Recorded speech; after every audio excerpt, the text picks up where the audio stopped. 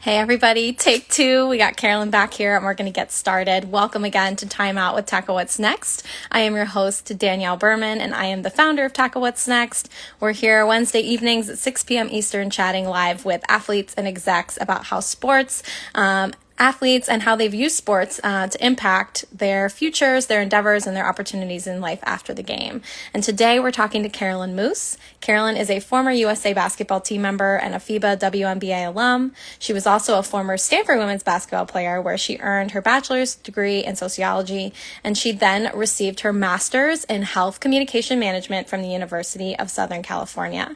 She is a certified personal trainer, she's a yoga instructor, a nutrition consultant, and a web designer. And she is now the founder of Fit for Living Life, where she works with the clients on nutrition and fitness, as well as basketball skills development, helping anyone, anywhere, of any skill level reach their best and healthiest selves. So Carolyn, I know you're jumping on right this second onto Instagram Live, so please come on in and we will have you join the conversation here. So I see you're in the call.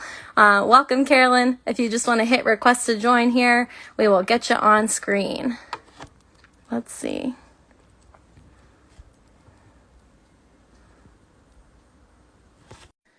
Doesn't look like you've requested yet, so hopefully you jump on here any second. There she is. Hi, we got ya. How's it going? Thank you for having me. No problem. Thanks for being here. How's everything going? How have you been? It's going well. We are in very unique times. I think the emphasis of sports has been redefined as far as importance and value and appreciation. So for student athletes, for pro athletes all across the board, obviously life is way beyond sports, but there's so many things that sports does for us that brings us together as a community. And we've had to shift and reinvent and innovate in ways to keep people together. And sports has always been a way for me to connect with people. So it's interesting, very unique times. Yeah, you mentioned having to shift. I know you do a lot of personal training and a lot of one-on-one support with athletes as well as just people looking to get fit. How have you shifted? Are you doing more like online training? Like, what does that look like for you? Absolutely. And so with regards to that, nutrition, yoga, there are some things you can do from the comfort of your own home. And for most people, they now prefer that due to convenience and save time. So, the effort it takes to get around rush hour and things of that nature, most definitely that is a solution. So things like Skype, Google Hangouts, WhatsApp, people that are in Europe and have a time change, they're able to utilize WhatsApp. So technology really breaks down all barriers in terms of efficiency, communication, and ability to continue what you normally do. And then the context in which you do it does shift, but you can definitely, with a simple yoga mat, some water weights, like keep it simple, dumbbells, everything that you can replicate as far as having a challenging workout can be in the home. And then as far as nutrition, I always tell people that's a daily choice. How you feel your body, what choices you're making, what menu plan you're following. So that can be done in the comfort of your home, preparing meals, educating yourself, and being well prepared. And with regards to what I do full time, we are at an amazing facility, 450,000 square feet, and just being able to reinvent what we offer student athletes, parents, and adults alike. And it's definitely very progressive. The beautiful thing is we're a solution right now. A lot of schools are shut down. A lot of colleges are offering resources. Pools are shut down. So we have swim teams, we have student athletes, we have parents that will come for 3 to 6 hours and have it be a home away from home and have it be a place where you can do homework, you can study, you can play sports, you can get healthy and fit in a safe, healthy environment and not feel like you're living, amongst the same four walls every single day. So I think it's really important to get a change of environment. I think that's conducive. I think it's conducive to socializing, which is so important for kids, to have a group of friends that they see, even if it is social distancing, doing it in a safe manner, but not, stagnating and preventing children from growing socially because of these unique times. And that's so important. Yeah, absolutely. And I feel like that's what sports, like you said at the beginning, is like we're realizing that sport was such a great opportunity for kids to learn these skills, to build social skills, to have that connection piece. So I go back to that for you. Is that what sports was for you? When did you start getting involved in sports and why basketball? Absolutely. So ironically, some people say it's my height, but I always tell people that you should never play a sport because of what you physically are. Although I am 6'5", I for the game. I distinctly remember the first time I picked up a basketball, and I played 6 different sports as a child, but I didn't pick up a basketball until sixth grade. And I had a science teacher. She was 6'5". Her boyfriend at the time was 6'7", and they came into my life, kind of as second role models. And they said, "You need to try this game." And so I went to practice, and I came home, and I said, "This is the one sport I want to play the rest of my life." Like it just clicked. Everything from the running to the contact to the rhythm of it. I just absolutely loved it. So for me, it stems from passion. And I always tell student athletes, if you're not passionate about what you're doing, shift. You're not in the right. And I think it's very important for parents to not live vicariously through their children. That's a whole nother angle, but it's very, very important that people discover that on their own. So for me, it was sixth grade. And then from there, I just hung out all the time in the gym. I was a great student, took AP classes, all of the above. But the moment I finished my homework, that's where I was. Friday night, I was playing pickup, co-ed pickup, in the gym. That was my thing to do. So again, passion fuels purpose. It fuels hard work ethic, for sure. Yeah, and I know you just mentioned those two skills, but like what impact did it make maybe basketball and any of the other sports you played as well, like on your life and who you are today and what you're doing now with, your company? Absolutely. So for me, it started with basketball, but I also studied the nutrition application, being the best student athlete I could be. It segued into health and wellness on a bigger scale because of prevention of, ailments, type 2 diabetes, and in college. So I was pre-med my first year at Stanford, and I was hum bio major. And I realized that our healthcare system, for example, was based on treatment, not prevention.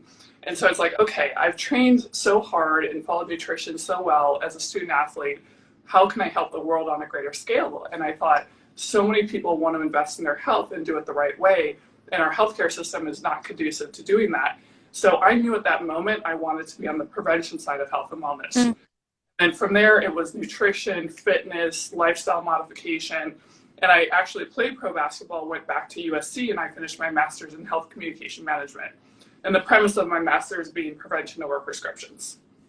Yeah, I think that's really important I think for a lot of people, sport might just push you in a path of, I want to go down this road and get this degree, or I want to have an opportunity to attend this school. And it's not always about, I want to be in the WNBA or in the NBA. Sometimes sports is just a conduit, right? And so I think I love that you're impact that sports made on you was the path it took you down and the opportunity to go after some of these awesome educational opportunities and pursue a career and an educational, learning opportunity that you were passionate about. So thank you for sharing that. So tell me about Fit for Living Life and what you're doing. Why is this important to you? And why did you decide to start this? Absolutely. So for me, the word I can think of is impact and unique value. And if you have a unique value to give the world, that's exactly what you should be doing. Some people call it their calling, their why, their reason, what drives them every day to get up and make a difference in the world. And as cliche as that sounds, it's so true. People will invest in things that are valuable to them. And if you can't find that thing where you add value to other people's lives, you're not going to have a vocation. Yeah. So for me, it is truly who I am. I practice what I promote. I implement that which I teach. And so for me, the organic connection of that passion, expertise, and changing people's lives just all came together. And again, it started in 5th and 6th grade. I started studying bodybuilding, like lifting. My brother used to tease me at how skinny I was as a volleyball player. And he said, basketball's too much contact for you. And so for me, it was motivation to initially be the best student athlete I could be, but then again, it segued into a bigger picture of how can I help the world and what is the value that I can bring to someone's life. So it starts with student athletes who are looking to get scholarships as one demographic, right? And telling them this was my journey. This is how I got to where I went to, going to Stanford, playing USA basketball. But as you well mentioned, not everybody's going to be a professional athlete.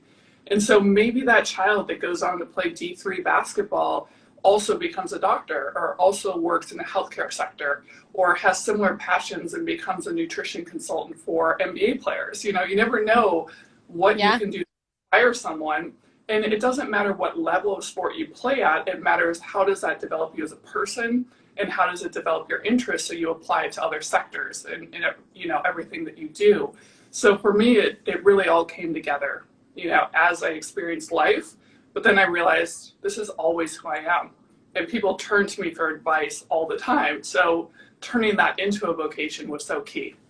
Yeah, I love that you said it's really about what do you want to do to help others and also just to make the world around you a better place. And that not, that doesn't mean by having a huge platform or a huge following. It could be by taking a vocational position. It could be by being a doctor, by being a teacher, whatever that is. You need to still pursue that with the same amount of intensity and passion that you're pursuing your athletic career, right? And I think that's a really great of really understanding that there's so many levels to people and they have so many opportunities that they might not go pro, but they might go pro in something else. And I think that's still equally important that they have those values inside. So speaking of that, I would love to know what skills that sport has taught you that you're still using every day in your work. Yeah, that's a great question. And I think for most people, they look at individual sports and team sports as being very different experiences. Nothing wrong with either one way or the other. But I've played both. If you're a golfer, I really admire being inside your own head for 6+ hours, and that level of focus and determination.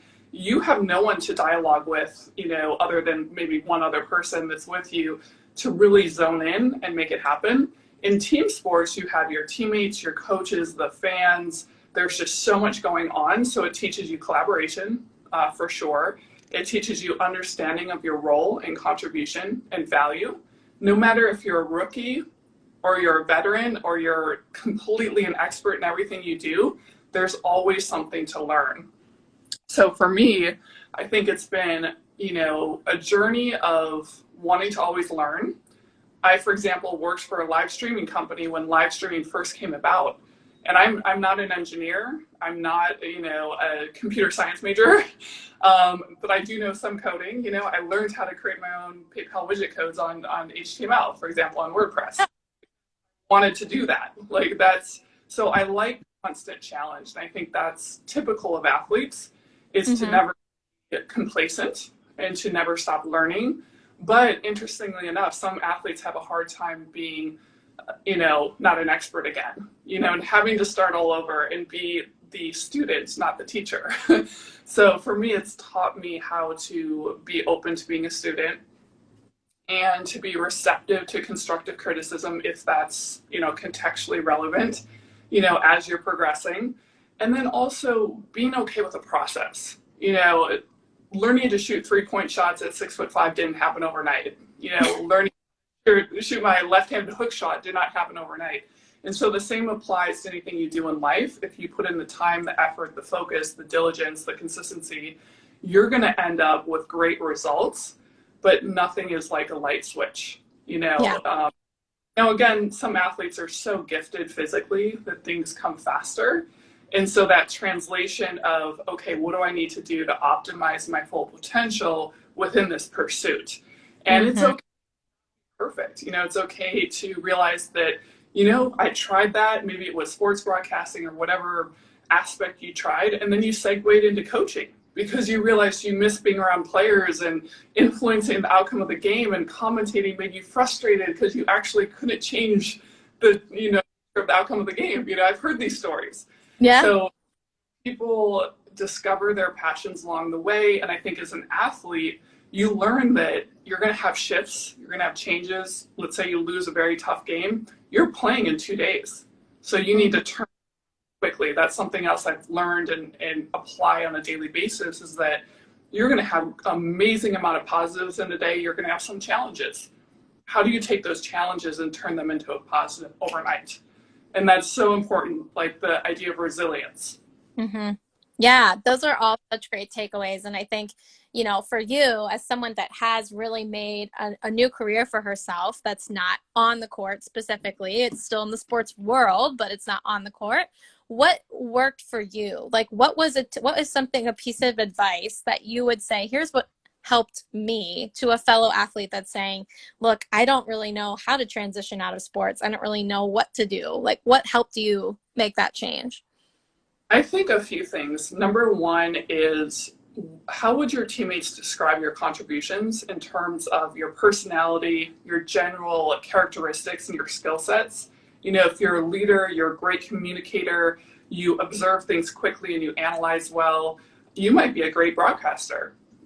If you're someone that's just a little more introverted, you take your time for observation, but you execute very well in tasks, that's going to be a different context. So asking for feedback, you know, people that have worked with you, have been around you, discovering, you know, who you are as a person, because that will translate to skill sets. No matter Yeah. what new you learn, how you go about them is your character, you know, and how you live your life. You know, as a trainer, I got up at 5 in the morning. You know, I still do get up at 6 in the morning, but for a very long time in LA, I was training people really, really early and also working at a school and going to night school. And that was something I love. But some people, when they stop playing professional sports, can't imagine getting up at 5 in the morning when the sun isn't even up and going to do all those things. But I loved it. I loved it. So I was like, you know, you have to love what you do, and discovering, again, your contributions, your unique value, and how you like to set up your work-life balance. And then what are you going to do to sustain that for the next 5, 10, 15, 30 years, or whatever that path looks like for your life. And I think that's also very, you know, something that's very important to look at, is how Yeah. can I sustain when I'm X number of years old.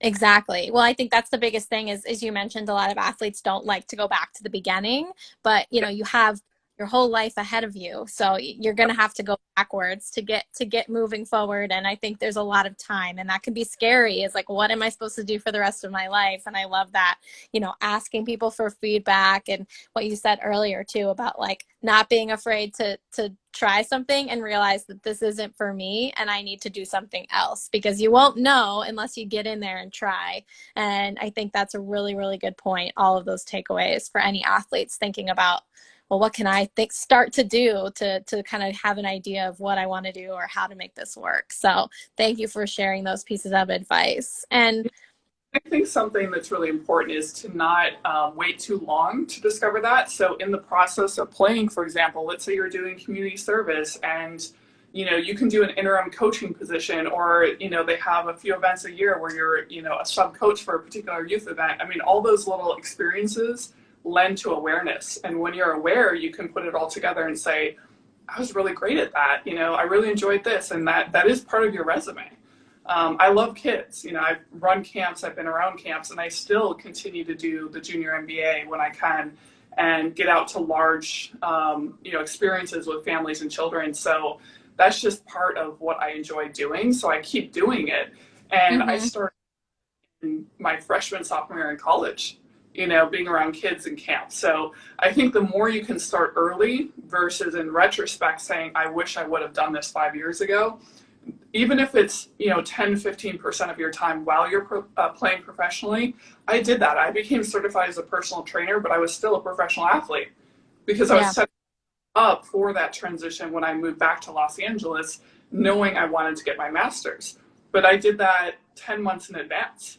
So it's like you're Mm. always thinking ahead, what am I going to do once I go into this chapter, so that all the ducks are lined up and I can have a smooth transition.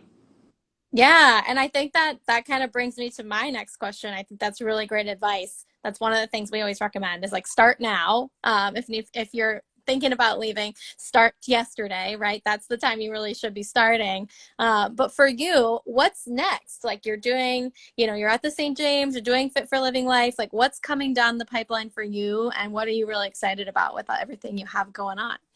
Absolutely. I think during these unique times, as you well mentioned, the shift in technology and the awareness of virtual is quite interesting, and to see how that's going to continue to grow and adapt.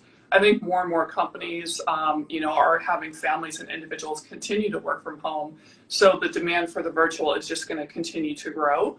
I think in terms of our live events and the space that I'm in, as far as brick and mortar, we are literally right now a second campus, you know, as campuses are shut down. We are a second school. People are doing their homework there. having a safe place to congregate, see friends, etc. For me, the ratio of being part of something that's brick and mortar and part of something that's virtual is very important to me, because you think about scalability, and this is a very important concept, is, ideally in my lifetime, if I could say I've affected everyone I've come across in my entire life, and they can say, yes, Carolyn was the person that changed my life forever, that's ideal. But the only and best way you can do that is with scalability. So if you the online presence, if you neglect the ability to be virtual and be mobile, you're limiting your audience tremendously. So I think to the extent that, whether it's in Europe, different time zones, relevancy, I mean, there are millions of student athletes in the United States, for example. Every one of them can use my help. So for me, I've always thought in those terms. Yes, Yeah. yes, I have a zip code. Yes, I have a particular place that I physically am, but how can it be relevant to people all across the world and to be able to continue to have that impact? So progression to me is just a continuation. It's not necessarily a change or a shift. It's just a continuation of growth and the ways in which I've been operating. And to me, that's really where I am. No, that's great. I mean, I think a lot of people, don't think about the process and enjoy the process as much as they should. And I think you hit that on that earlier. And this is just another example of you just saying, look, I'm enjoying the process. I'm enjoying learning how to build this out and learning and meeting new people that need my services. And I think that's the best place to be. So thank you again for sharing that and for giving such great advice. Before we close out here, I just wanted to give you a chance to let people know how can they connect with you? How can they find out more about the training opportunities you have and what Fit for Living Life is all about? Absolutely. So my website is fitforlivinglife.com, all words spelled out, FITFOR, fitforlivinglife.com. And my email is c.moos@stanfordalumni.org. I know it's lengthy, but first initial dot last name @stanfordalumni.org. And then my virtual pre-recorded is a hot link off my landing page. So if you just go to my main website, let's say you want to do a yoga workout on the fly and you didn't have time to schedule a live virtual session, you can do a pre-recorded workout. So that's also available through my website as well. That's awesome. Yes, definitely think people would love to take advantage of that. Like you said, I think everybody's at-home workout game has stepped up a lot over the last few months. So another one to add to the repertoire. And Carolyn, thank you so much for being here. Thanks for bearing with us with the tech stuff earlier today, but this was such a blast. I'm so glad we got to have you on. I hope everyone on got such a great takeaways from this. And those of you that'll watch this later on online, please, definitely send us your feedback and comments. Be sure to follow Carolyn here. Check out her website. Check out that live or pre-recorded class, I should say. And Carolyn, thanks again for all your support and for taking the time out of your Wednesday night to be here. Yes, thanks for having me, and truly reach out by email and let me know any questions you have. I'm happy to answer and glad to assist anyone. So Awesome. Well, thanks again, Carolyn. You stay safe and we will talk again soon.